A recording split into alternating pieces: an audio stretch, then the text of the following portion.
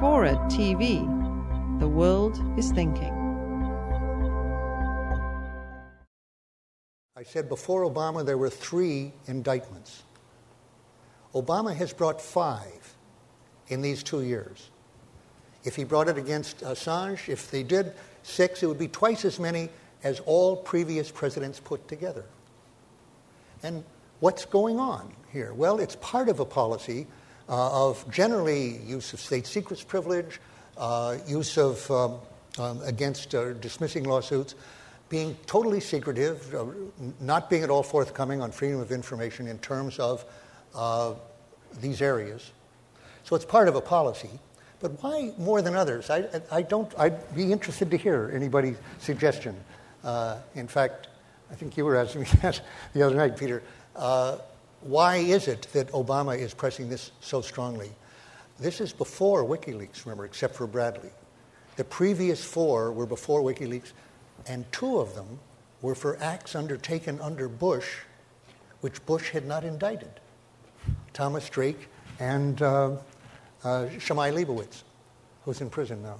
So in other words, this "we're not looking back" applies to the myriad crimes of the Bush administration: torture, aggressive war, warrantless wiretapping, crimes that actually strike at the heart of our Constitution as well as our domestic law. No looking back on those. The only looking back is on whistleblowers. Drake and Leibowitz revealing what they thought were great wasteful practices. So there is a war on whistleblowing. To me, and again, why Obama so much, I have a hypothesis. This is just very speculative. I think he feels more vulnerable to whistleblowers than either his predecessor, because he's doing many of the same things. One of the great secrets in the cables released is how little difference there is from 2008 to 2009. They're the same practices, the same torture, not that much difference. But Bush was proud of it. He did it secretly at first. It was all covert at first. But when it came out, torture? We don't torture, but what we do, we do. And I don't apologize for it. NSA warrantless wiretapping? No problem, need it.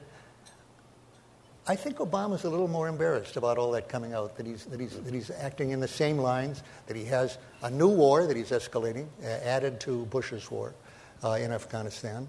And he really wants to do what other presidents have always wanted to do: shut down leaks that they don't control, the leaks they don't make.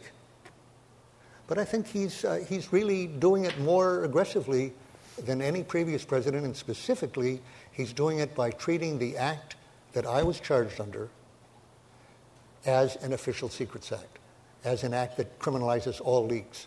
And if he gets a conviction of any of these people, not just Manning or Assange, if he gets Drake or Kim, if they go up to the Supreme Court and the Supreme Court takes it and doesn't notice that it is unconstitutional, which is not a bad bet. Earlier courts would almost surely have called it unconstitutional.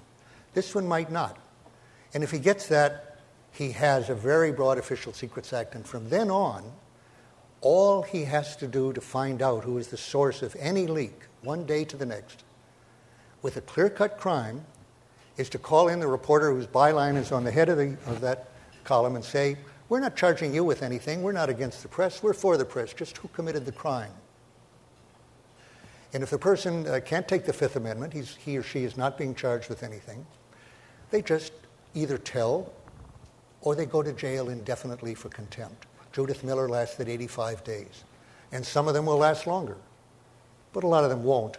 And from then on, no source will have any basis for assuming or hoping that their name for this whistleblowing will be anonymous. Their only recourse will be WikiLeaks, so WikiLeaks matters.